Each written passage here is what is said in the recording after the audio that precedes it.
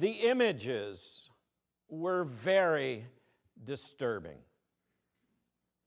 Flames licking the nighttime sky, armored vehicles in city streets, weapons poised, ransacked store shelves surrounded by broken glass.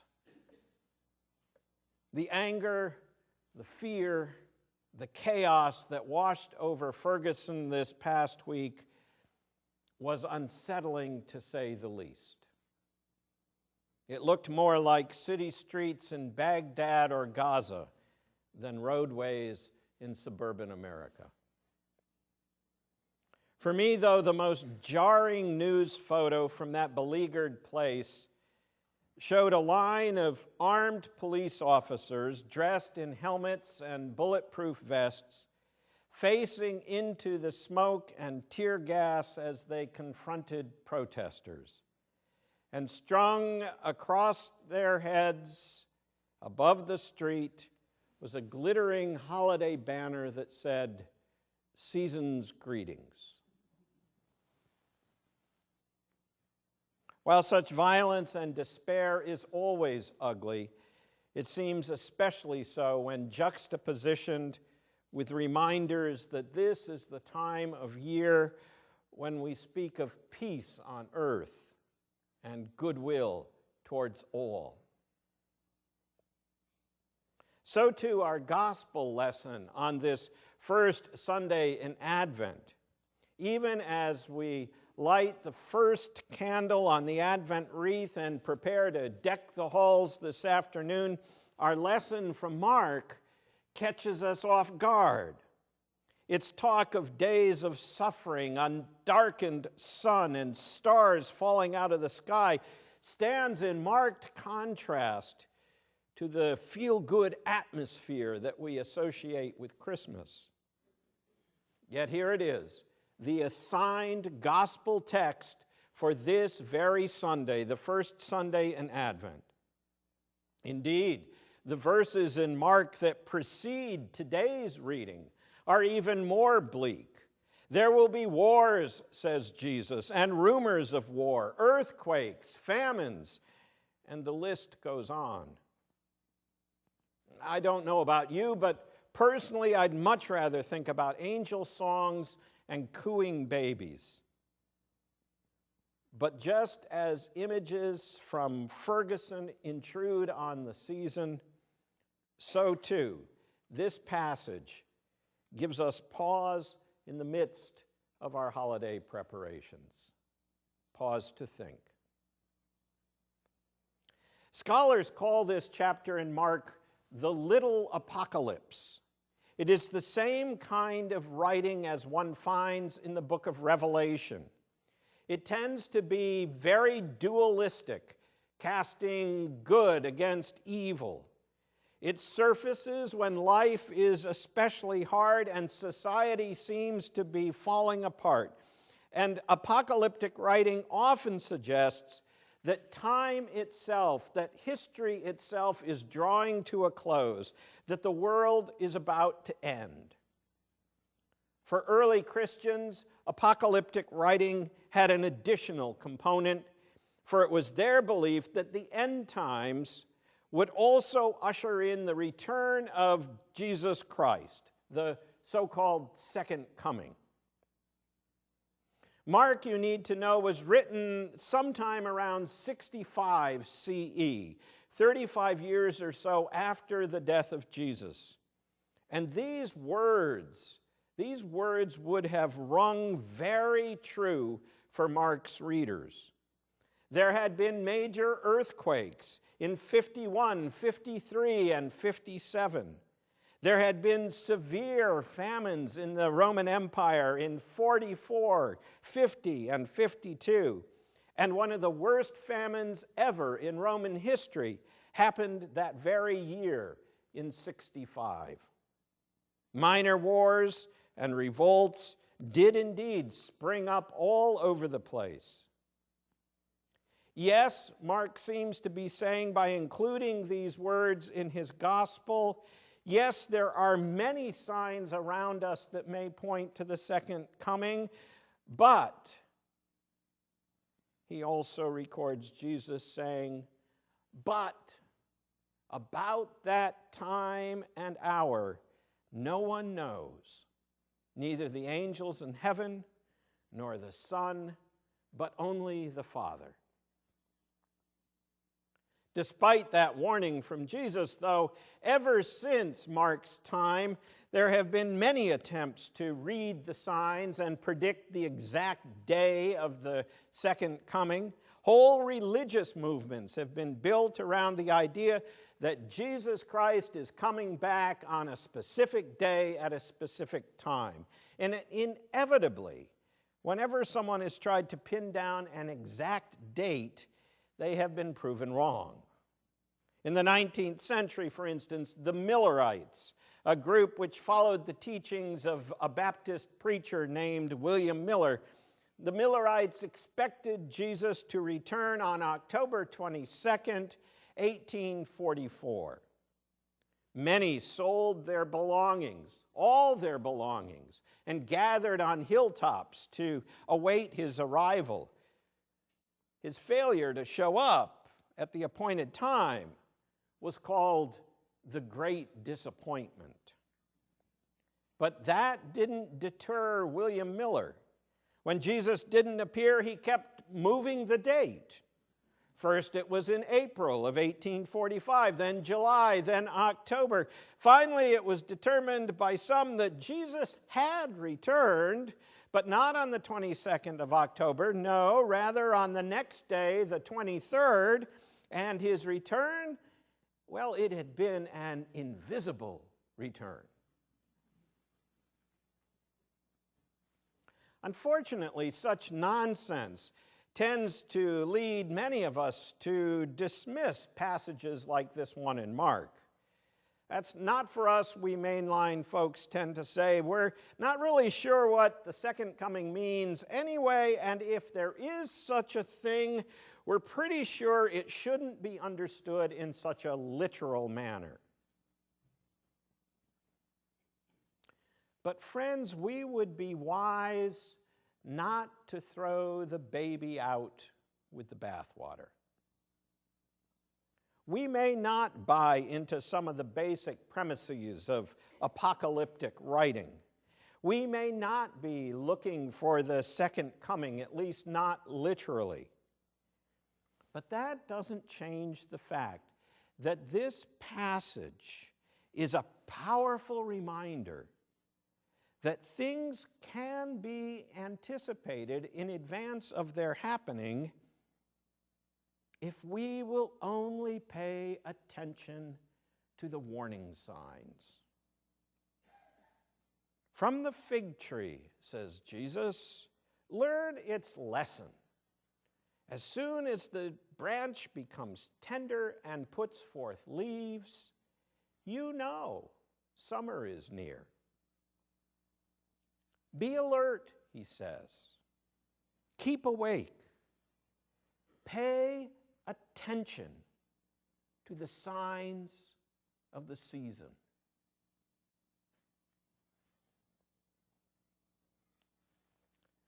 I want to suggest to you that the situation in Ferguson is a case in point. The looting, the violence, the arson that followed the announcement of the grand jury's decision was and is unacceptable.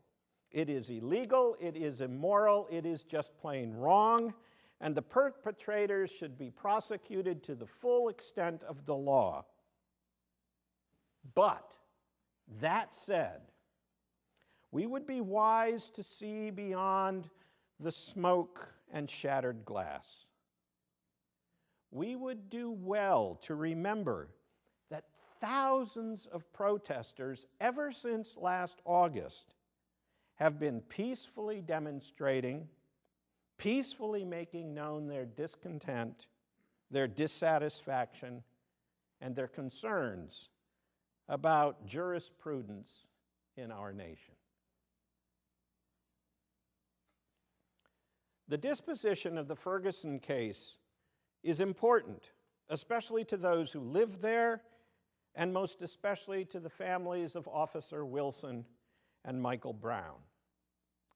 But from a societal perspective, what is even more important is the reaction to the case, the debates, the frenzy on social media, the protests.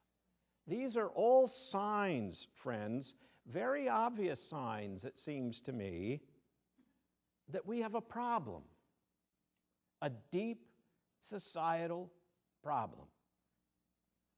And while we sometimes hold ourselves out as a colorblind society, while great progress has been made, the truth is, race still matters.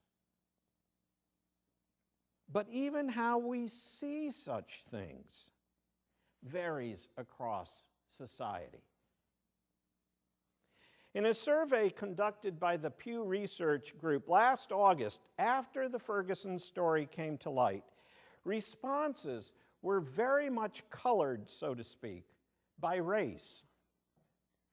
52% of the whites who were surveyed indicated that they had confidence in the investigation of that case. They were confident that justice would be served. Only 18% of blacks felt that same confidence. Another question asked whether or not respondents felt that the Ferguson situation raised issues about race. 80% of black respondents said yes, it did raise issues about race. Only 37% of whites felt that way. It seems to me that the very answers to these questions, the very answers themselves, and answers to similar questions, point to the issue. No matter what you or I think, as long as such a significant number of people believe there is a problem, then there is a problem. When a couple comes into my office for marital counseling and she says, "We've got a real problem," and he says, "We don't have a problem," they've got a problem.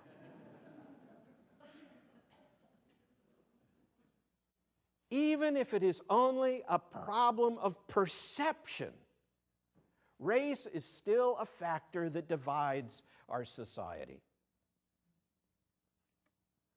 The question is this: will we pay attention? Will we be alert? Will we stay awake, or will we ignore the signs? We've done it before. Will we do it again? Will we acknowledge we have a problem and seek to address it, or will we continue to live in a state of denial?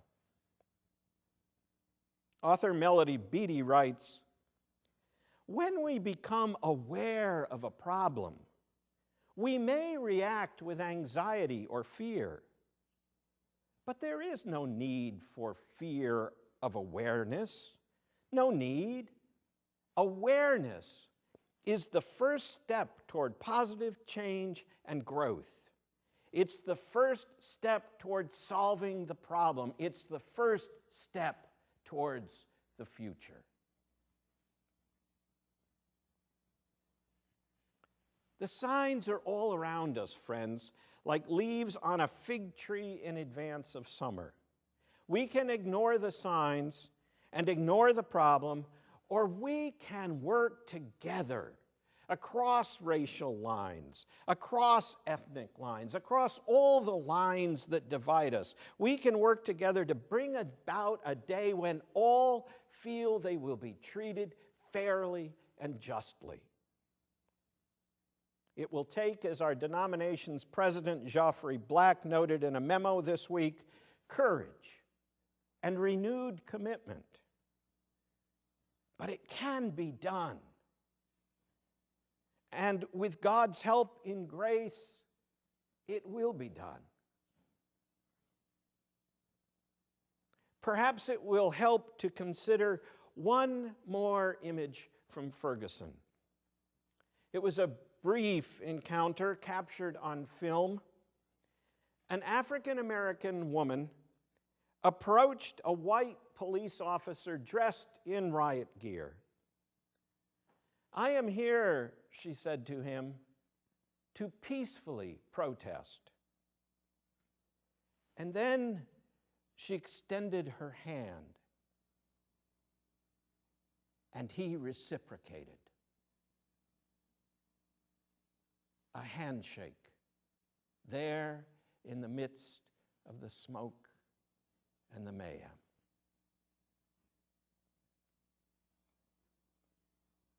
Things can be made right. I truly believe it can be done if we are only willing to reach out to one another and see one another as fellow human beings, as fellow children of God. After all, this is the first Sunday in Advent, and we just lit the candle of hope. Amen.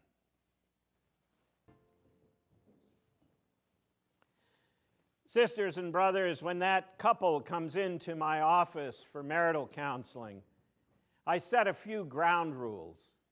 And the first and most important ground rule is that they stop and listen to each other. I even have them repeat things back so it's clear that they've heard what their partner is saying. America needs to stop and listen. We need to listen to frightened young black men. We need to listen to frightened police officers.